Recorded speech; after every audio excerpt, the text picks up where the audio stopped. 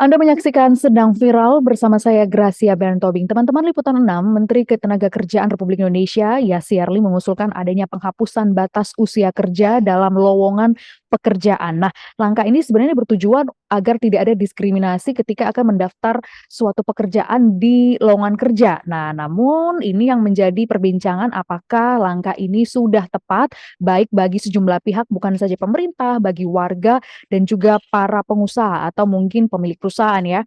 Terbaru, Kemenaker memang akan segera membuat aturan khusus terkait masalah ini. Kira-kira sudah tepatkah usulan ini? Indonesia siap dengan rencana ini?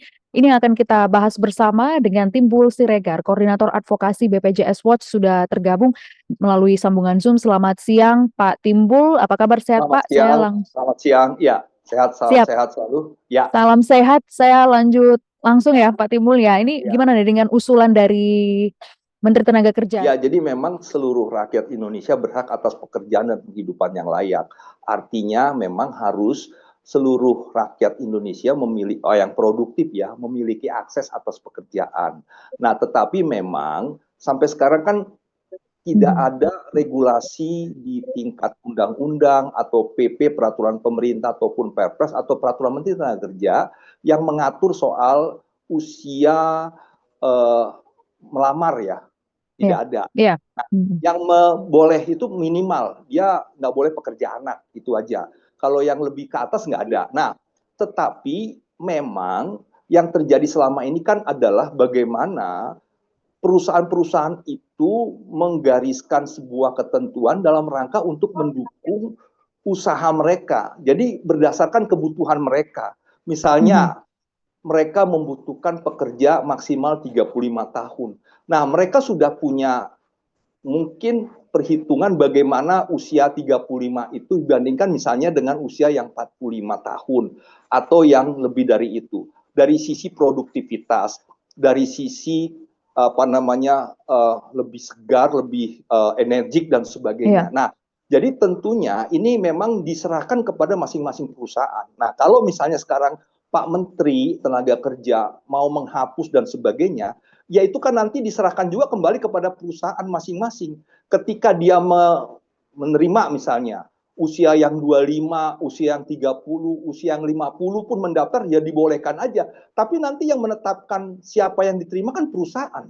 Kembali lagi perusahaan juga nanti akan menentukan apakah 25, 30, 35, 50. Ini kan terkait dengan kebutuhan perusahaan. Nah, tentunya saya sih berharap pemerintah tidak terlalu melakukan intervensi kepada kebutuhan yang dilakukan oleh pengusaha gitu. Supaya Hmm. mereka kan tahu nih strategi SDM-nya. Dibutuhkan tenaga kerja yang bagaimana, yang lulusan mana, yang punya skill apa, yang usia berapa. Kalau nanti terlalu diintervensi sehingga yang misalnya yang usia 50 diwajibkan dan sebagainya, itu kan artinya mereka akan merasa kok kami diintervensi. Kebutuhan kami kok menjadi dipaksa-paksa misalnya seperti itu ya. Nah, jadi bebaskan saja mengenai nanti Kementerian Ketenagakerjaan menghimbau agar seluruh perusahaan juga membuka ruang bagi pekerja dengan usia di atas itu, ya memang nggak apa-apa, itu memang imbauan yang menurut saya baik. Tetapi kembali semuanya nanti kepada kebutuhan rekrutmen yang dilakukan oleh perusahaan. Apakah memang mereka memiliki kebutuhan untuk yang usia 25, 30, 35 atau 40 itu terserah kepada perusahaan. Nah, yang penting adalah bagaimana dalam proses seleksi itu kita himbau untuk lebih fair, berbasis Oh, oke. pada tadi apa namanya tidak KKN, wah ini keluarga saya masuk, enggak gitu, bahwa dia memang tes lulus lebih baik, ya itulah yang diambil, ya tidak lagi berbasis pada wah ini diutamakan yang usia 45 tahun walaupun misalnya dalam tes dia lebih rendah daripada yang 30 sehingga yang 30 tereliminasi, ya nggak begitu juga, bahwa Hmm. pekerja-pekerja kita apa calon-calon pekerja kita kan juga sangat berharap semua gitu. Nah, tinggal memang nanti bagi misalnya pekerja-pekerja yang sudah berusia 40-50 tahun yang memang juga tidak menjadi bagian yang dibutuhkan oleh perusahaan, ini juga bisa dipikirkan oleh pemerintah untuk masuk kepada ruang-ruang wira swasta yang memang tetap mereka bekerja. Kalaupun pekerja formal itu sudah memang dibutuhkan yang lebih muda dengan spesifikasi yang lebih fresh dan sebagainya. Iya. Nah, itu yang pertama, bahwa perusahaan itu dikasih kewenangan mengenai dia tidak membatasi, yaitu himbauan oleh Kementerian Ketenagakerjaan, oke, nggak ada masalah. Yang kedua, kalaupun nanti dipaksakan untuk merekrut karyawan-karyawan dengan usia yang sudah tua, saya khawatir begini ya, bahwa angkatan kerja kita tumbuh sekitar 4 juta setiap tahun. Dan lulusan SMA perguruan tinggi itu banyak. Nah, kalau nanti mereka mau masuk, ternyata terhambat karena pekerja-pekerja yang tua itu direkrut, artinya mereka menjadi pengangguran lebih banyak, ya. Nah, Baik. tingkat pengangguran terbuka di lulusan kuliah dengan SMA itu tinggi loh. Dan yang bagian dari 7,28 juta orang ini ya di Februari 2025. Nah, ini tentunya yang memang kita harus dorong, bahwa pekerja-pekerja inilah yang nanti coba didorong untuk lebih memasuki dunia kerja gitu. Nah, tinggal Oke. memang yang di atas ini bisa untuk disalurkan secara wira swasta ya. Nah, ini yang memang Hmm. juga bagian strategi untuk bagaimana membuka lapangan kerja sehingga lebih banyak masyarakat kita yang bekerja. Karena pekerjaan dan penghidupan yang layak itu amanat pasal 27 ayat 2 Undang-Undang Dasar 45 yang harus dilakukan oleh pemerintah seperti itu. Oke, saat ini kan, Pak, pemerintah sedang berupaya untuk merevisi Undang-Undang Nomor 13 nih, tahun Ya, 2003 tentang ketenagakerjaan dan bahkan sekarang masih masuk dalam proses pengkajian. Ini yang tadi ya. menarik soal kita lihat bagaimana pada akhirnya yang harus bukan diuntungkan, tapi yang harus diperhatikan juga adalah posisi dari perusahaan tersebut karena memiliki wewenang dalam menentukan siapa yang akan direkrut begitu. Apakah pemerintah akan mempertimbangkan poin-poin tersebut? Bapak apakah melihat ke depannya juga akan langsung strict membatasi batas usia kerja ataukah ada negosiasi di sini? Ya, jadi kalau kita membaca regulasi yang sekarang ya, Iya. Undang-Undang 13, Undang-Undang Cipta Kerja itu kan tidak mensyaratkan bahwa harus sekian usianya, tidak ada. Nah, tinggal diserahkan kepada masing-masing perusahaan untuk bisa merekrut berbasis kebutuhan mereka. Nah, kalau nanti misalnya Undang-Undang Ketenagakerjaan baru yang sekarang lagi digagas, ya, itu memasukkan, menurut saya tinggal hanya menghimbau saja, perusahaan Mmm. seharusnya membuka ruang kepada pekerja-pekerja tanpa membatasi usia. Nah, itu aja. Nah, mengenai nanti dia membuka rekrutmen terkait dengan kebutuhannya, yaitu kan nanti mereka yang menseleksi, mereka yang merekrut berbasis kebutuhan mereka. Bila yang 50 tahun dianggap tidak menjadi bagian yang dibutuhkan, ya kan nggak lolos kan begitu.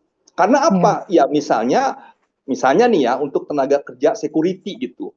Bagaimana 50 tahun dibandingkan dengan yang misalnya masih 20 tahun, 25 tahun gitu. Nah, ini kan juga terkait dengan apa, kebutuhan-kebutuhan teknis di lapangan seperti Mmm. itu.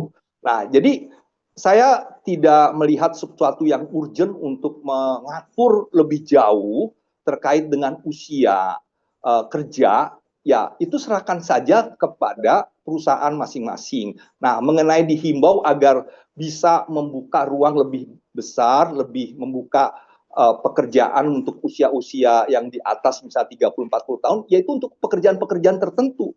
Yang menurut saya juga Mmm. kan dilakukan oleh perusahaan, misalnya analis.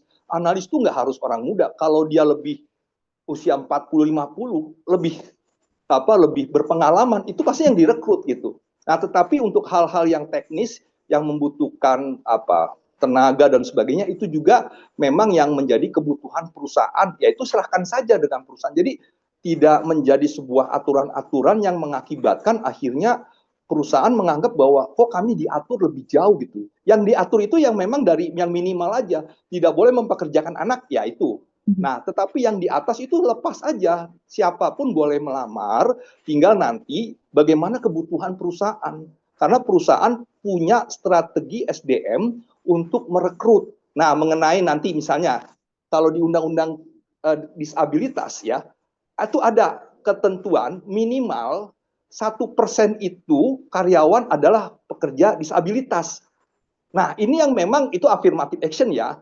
Nah, tetapi kan Mmm. kembali ini dalam rangka untuk mendukung bagaimana pekerja-pekerja disabilitas itu masuk dunia kerja.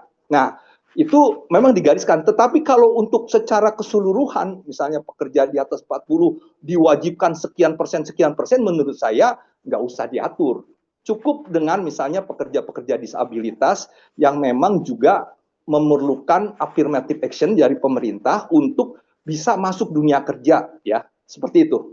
Oke, baik. Kalau saya lihat ini mungkin karena banyaknya informasi yang diterima oleh netizen Indonesia dan melalui sosial media dibandingkan dengan negara-negara lain di luar sana seperti Singapura di saat usia produktif mereka 55 tahun juga masih dipekerjakan, bahkan ada lowongan pekerjaan yang masih menerima usia-usia tertentu yang sudah lansia begitu kalau dikategorikan di Indonesia. Oke, kita ke pertanyaan selanjutnya, Pak. Saat ini kan kita juga melihat ada fenomena badai PHK begitu ya di sejumlah perusahaan. Kalau aturan ini tidak diubah, berarti peraturan yang ada saat ini akankah berpotensi terbentur dengan bonus demografi usia produktif Indonesia yang beragam ini? Walaupun tadi sebenarnya Bapak, saya juga tertarik dengan pernyataan Bapak yang mengatakan bahwa ada juga nih potensi anak-anak muda kalau misalkan usia di atas 40 tahun yang diberikan kesempatan, maka usia muda nih yang akan mengalami pengangguran yang cukup banyak. Tanggapannya seperti apa nih Pak? Ada dua hal ini. Ya, jadi memang kita nggak bisa membandingkan secara apple to apple dengan negara misalnya seperti Singapura. Iya. Kita mau katakan jumlah pertumbuhan angkatan kerja kita hampir 4 juta setiap tahun. Pembukaan lapangan kerja kita kan tidak mencapai itu. Nah, artinya memang ini yang menjadi sebuah faktor yang memastikan bahwa kita tidak mengatakan gini, pekerja-pekerja usia itu bekerja, tetapi kan di bawah ini usia-usia produktif itu banyak loh yang menjadi angkatan kerja baru yang membutuhkan pekerjaan. Kalau nanti ya kita mengatur yang usia-usia tua itu masuk menjadi wajib kerja dan sebagainya, sehingga menghambat pekerja-pekerja muda kita masuk ke pasar kerja, ini kan akan lebih sangat beresiko. Ya, ini kan kaitannya juga dengan mereka masih sangat produktif tapi menganggur. Mereka akhirnya bisa berpikiran negatif dengan tingkat kriminalitas. Resiko-resiko itu harus dihitung oleh negara. Karena apa? Memang pertumbuhan angkatan kerja kita sangat lebih besar dibandingkan pembukaan. Nah, kita harus punya skala prioritas bagaimana angkatan kerja muda kita bisa masuk ke pasar kerja. Tergantung kepada perusahaannya saja gitu. Kalau kita memaksakan angkatan kerja yang sudah relatif tua itu dipaksakan terus, ya, yang muda tidak masuk pasar kerja, itu akan semakin lebih berisiko. Kita berharap angkatan yang muda maupun yang tua masuk pasar kerja semua. Iya, betul. Seperti di negara Singapura sana. Tetapi kan faktanya kita tidak bisa menyediakan lapangan kerja, pemerintah kita lebih banyak dari pertumbuhan angkatan kerja. Nah, oleh karena itu, yang perlu dipikirkan oleh pemerintah sekarang adalah tidak melakukan hal-hal seperti ini, tapi bagaimana membuka lapangan kerja seluas-luasnya dengan memperbaiki iklim investasi di Indonesia, dengan memberikan insentif sehingga investor masuk, dengan lebih banyak pengusaha masuk menanamkan modal, ya kita berharap pekerja-pekerja yang usianya di atas 40-50 tahun yang sudah pensiun masih bisa bekerja dengan ya standar pekerjaan yang tidak memberatkan ya dan sebagainya. Nah, ini kan artinya yang muda tertolong, yang tua juga tertolong. Nah, kalau ini kan kita bicara fakta di negara saat ini ya defisit angkatan kerja. Nah, kalau kita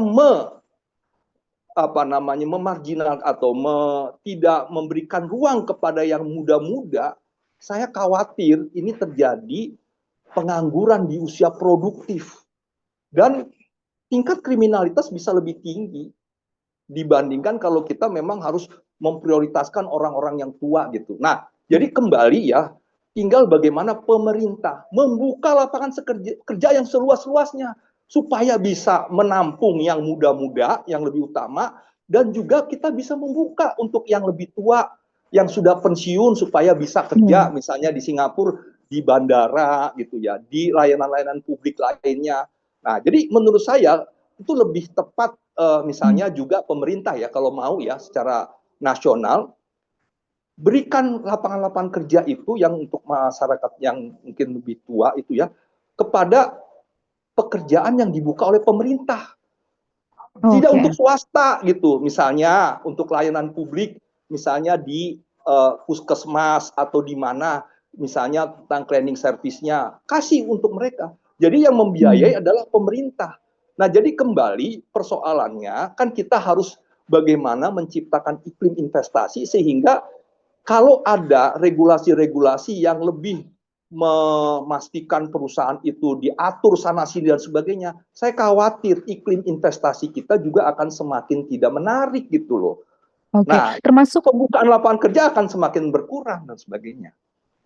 Wah, baik Pak, menarik. Termasuk juga apakah melonggarkan usia maksimal 25 tahun untuk mendaftar pekerjaan. Ini saya tangkap dari berbagai komentar di sosial media begitu. 25 tahun maksimal terakhir untuk bisa mendaftar pekerjaan ini terlalu terlalu dini. Bahkan saya umur 27, 29, 31 masih bisa bekerja dengan baik begitu dan punya skill. Ini juga apakah Bapak melihat ada urgensinya untuk mengubah batas ini? Ya, kalau itu memang menurut saya kan kalau usia-usia masih 20-an itu dibuka saja gitu loh. Misalnya Hmm. sampai 30 nggak apa-apa. Kalau menurut saya kembali ya bahwa masalah hak orang untuk mendaftar itu kan harus dijamin oleh pemerintah. Dan untuk hal-hal seperti ini ya kita meminta supaya pihak perusahaan juga membuka ruang. Karena usia 27, 29 itu kan relatif masih sangat produktif. 30 juga masih sangat produktif. Yang kita persoalkan adalah jangan sampai untuk yang sudah tua-tua itu diwajibkan ataupun dipastikan harus bekerja. Nah, ini yang tadi yang menjadi masalah. Kalau yang usia 30, 35 buka saja. Nah, tinggal nanti kebutuhan daripada rekrutmen SDM daripada perusahaan terkait dengan bahwa mereka itu adalah orang-orang juga yang produktif gitu ya, yang bisa Ya. memberikan nilai tambah lebih kepada perusahaan, kemajuan perusahaan. Jadi tentunya bahwa proses rekrutmen usia itu ya, pembatasan usia itu sebenarnya ya dibuka aja oleh Oke. perusahaan. Tinggal nanti berbasis pada penilaian ketika mereka seleksi. Ketika yang 30 lebih mampu daripada yang 20, ya harusnya perusahaan merekrut yang 30 karena mereka punya kemampuan lebih, pengalaman dan sebagainya misalnya seperti itu. Oke, baik. Terima kasih Pak Timbul Terima Siregar kasih atas sama-sama. analisisnya, luar biasa. Tadi berarti ada 2 hal yang harus kita perhatikan juga, bukan hanya dari segi usia, juga adalah pengembangan lapangan pekerjaan. Ini sesuai dengan apa Ya, yang disampaikan oleh, Asosiasi Pengusaha Indonesia atau APindo, yang mana mengatakan persoalan utama bukanlah tentang pembatasan usia, justru yang menjadi iya. isu utama adalah lowongan pekerjaannya yang Betul, harus betul. diperbanyak. Sekali Iya. lagi kami ucapkan terima kasih Pak Timbul Sama-sama, terima Siregar, kasih. Terima kasih. Koordinator Advokasi BPJS Watch atas waktu dan kesempatannya. Dan saya Gracia Pamit, sampai jumpa.